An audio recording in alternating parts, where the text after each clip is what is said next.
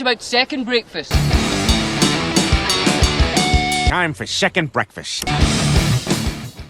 What's up, everybody? Monster from Breakdowns for Breakfast here with another episode of Second Breakfast. If you're a fan of rock music, alternative music, just music in general, you've probably noticed that there has been this uptick in these gigantic 2, 3, 4-day music festivals. And, you know, a lot of people like it because they can check off a whole bunch of bands that they love in the span of 4 days. They don't have to wait for tours. They don't have to travel all over the place. They go to one spot, boom, you see all your bands. Now, back in my day, here we go, old man yells at cloud again.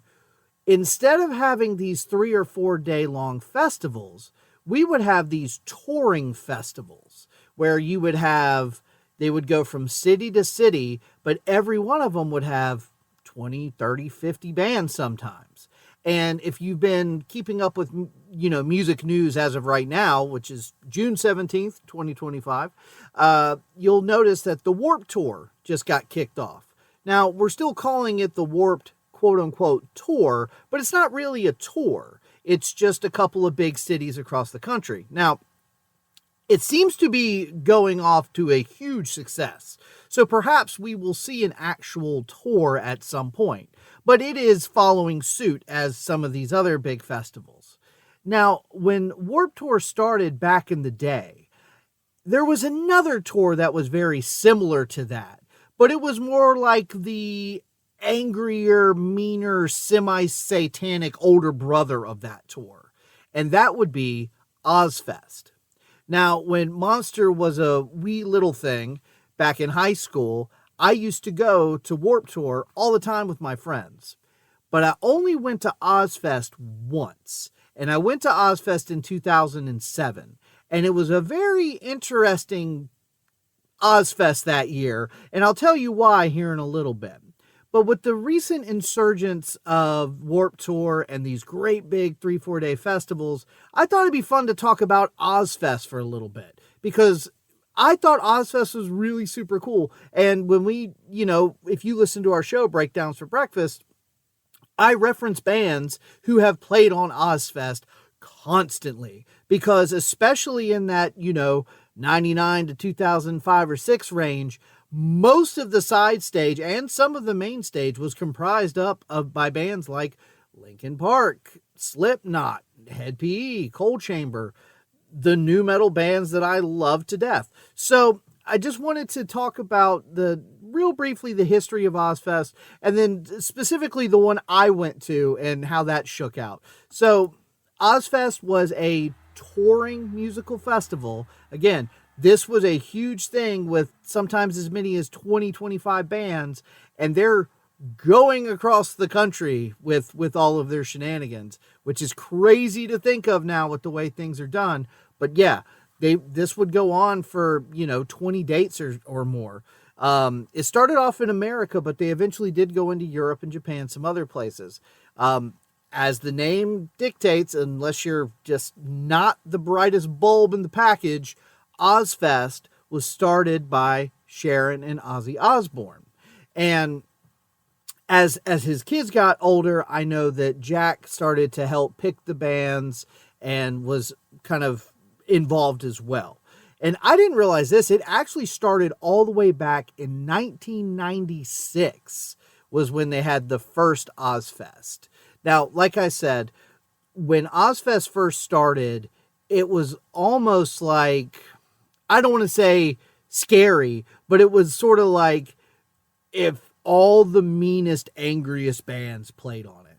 But what's also crazy is it did a really good job of mixing up-and-coming bands with very well-established bands. Over the years, like I said, all those new metal bands I just listed played on it. But also, you had bands like Metallica and Iron Maiden opening for Ozzy, you know. So it was a really cool communal thing for heavy metal fans. So this went on for years and years and years. And I was a little bit too young to go. And I've mentioned before on the show that my brother, who's a little bit older than me, we used to go to concerts all the time. He was the quote-unquote adult supervision, which in hindsight is a horrible idea, but I digress. My first concert ever was in 1997. It was 311 with Incubus and Sugar Ray. I've talked about it a bunch. He took me to that.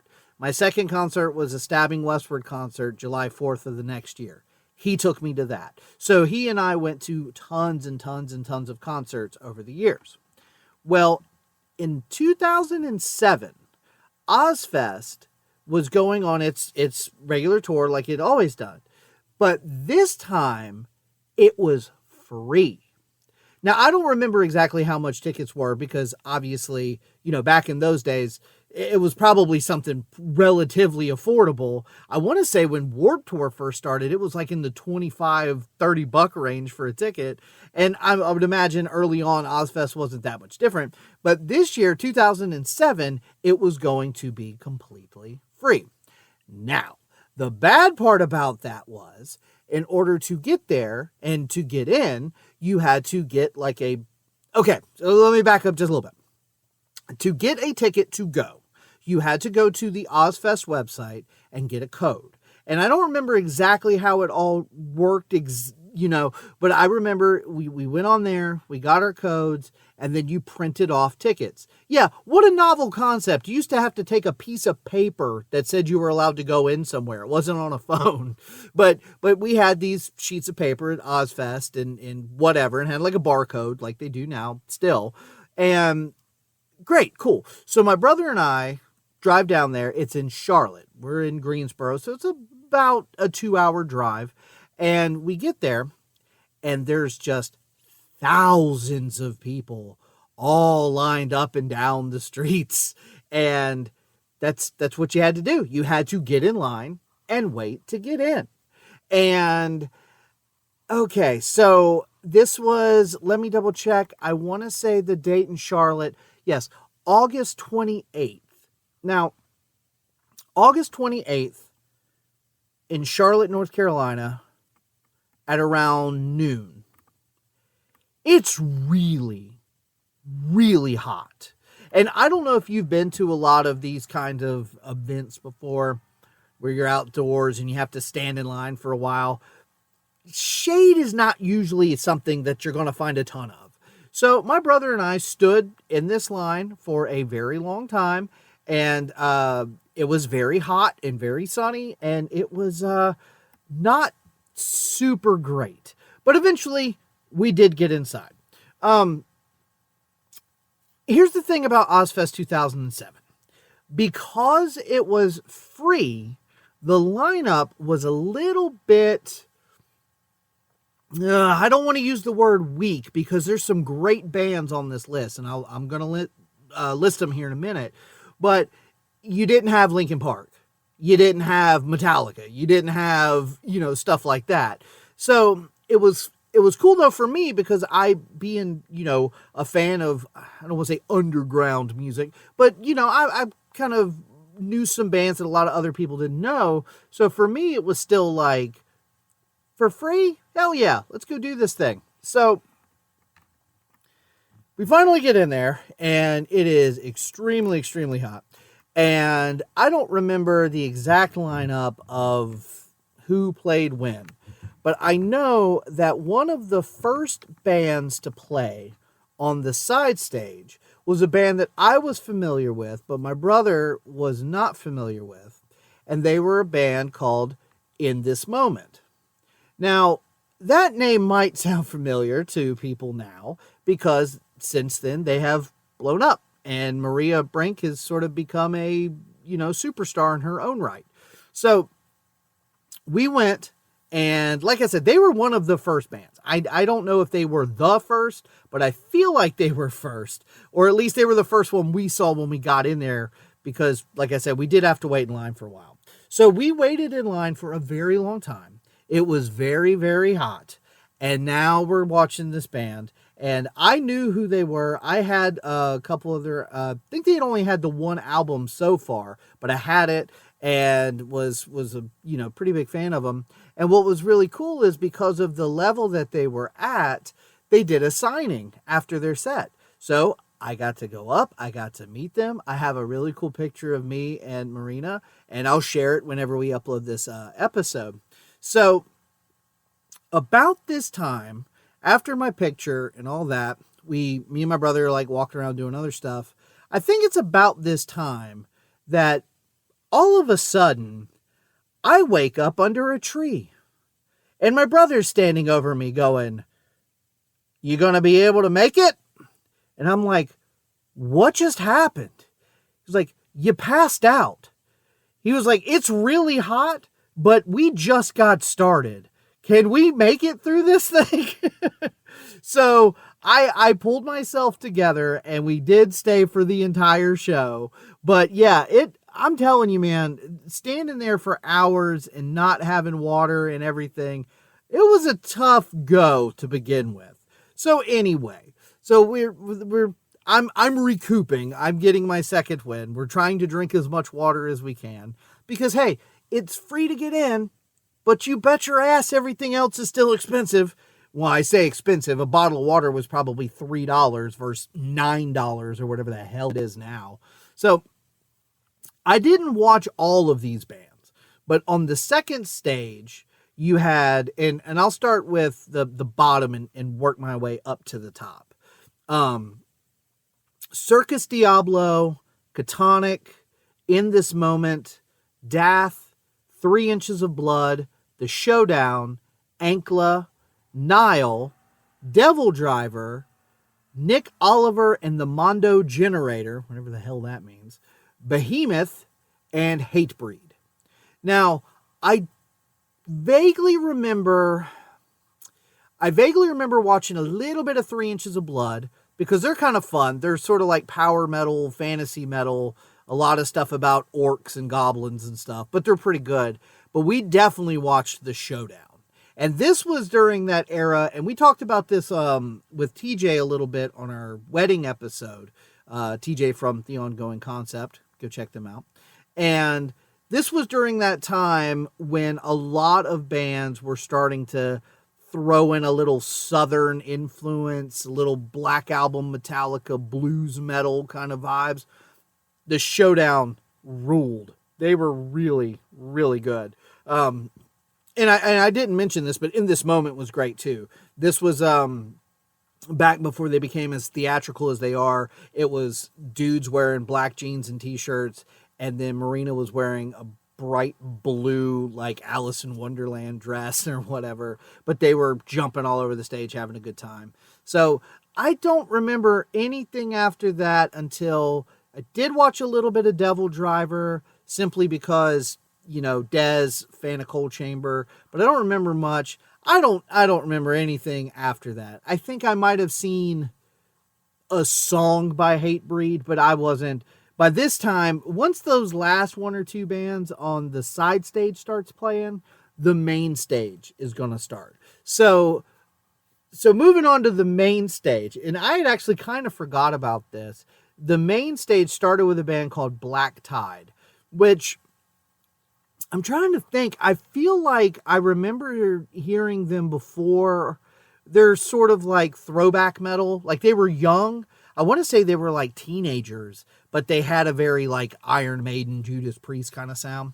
And then our good friends Lordi, which I had looked up Lordi. I knew what they were going to be like, but when you see it in person, boy howdy is it wild. And I don't know exactly when this is going to come out, but I know we're doing a Lordi episode, so we'll get more into detail. But they very similar vibe to Gwar. They don't do as much of the blood spitting, and I mean, yes, lyrically they can get a little offensive, but they don't go over the top like a Gwar does. But rest assured, they look like 5 giant monsters on stage, and it's kind of fun. Then Static X, and you know what? I had sort of forgot that I saw Static X, because I saw Static X a couple years ago opening for Mudvayne and Rob Zombie, and this is with no, I won't say his real name. It's with Zero, the guy basically playing the part of Wayne Static, and but he was good. He was good, and so I honestly, either I wasn't paying close attention or it just didn't stick with me. But I do vaguely remember seeing Static X now, because I think it was coming off of Lordi and the giant monster show that Static X just didn't quite do it for me. After that was Lamb of God, who again, not one of my favorites. And then Ozzy Osbourne. And the cool thing about Ozzy was this is in the time when he had Zakk Wylde on guitar. And I think, I'll have to double check, but this might have also been when Rob Trujillo, who's now in Metallica, was on bass. So, God, now that I think about it, might have even been the dude from Anthrax on drums, who's now in Pantera with Zakk Wylde. Okay, I'm going to have to make a note on whenever I upload this to see if I was right or wrong. Anyway, so that was the first time I saw Ozzy, but I did see Black Sabbath another time, like the original lineup with Tony Iommi and the rest of the guys, Geezer Butler and stuff. And I think Godsmack was the opener for that, which Godsmack's one of those bands that I don't particularly love, but I've seen a couple times live because they were opening for other bands. But yeah, so as you can see, this lineup a little weak. And I understand, it's free, and I started to think about this. I was talking to my wife about it, and yes, I totally understand. Logistically speaking, having a giant concert like this, free admission, is a very hard thing to pull off and still be able to pay the venue and all of that. Because if I'm not mistaken, what I did a little research on this, I don't believe the bands got paid, but the bands were basically doing it because they knew they were going to play to huge crowds. And here's the thing. If I don't have to pay $50, $60, $100 to get into a show, I'm far more likely to spend that money on t-shirts and merchandise and CDs and stuff. So, like, for example, to meet in this moment, you had to buy a CD. I already had the CD, but guess what? I spent $10 because that was $10 I didn't have to spend to get into the venue. So I understand not having Free Fest anymore, clearly. But at the time, it was a cool idea, and I'm glad they did it, and I'm glad I lived through it. I went, I had fun, my brother kept me alive, so, can't complain too much. But yeah, I knew we were doing an episode on Lordi. I have brought up Ozzy. I have brought up most of the bands that have played on OzzFest at some point. So I just thought I'd do a quick little recap of my one OzzFest experience. If you've ever been to OzzFest, you've ever seen Ozzy Osbourne, you ever seen any of these bands live before, you want to tell a story, please leave a comment. Please send us an email, breakdownsbreakfast@gmail.com. We always love to hear from you. And other than that, I hope you have a great day.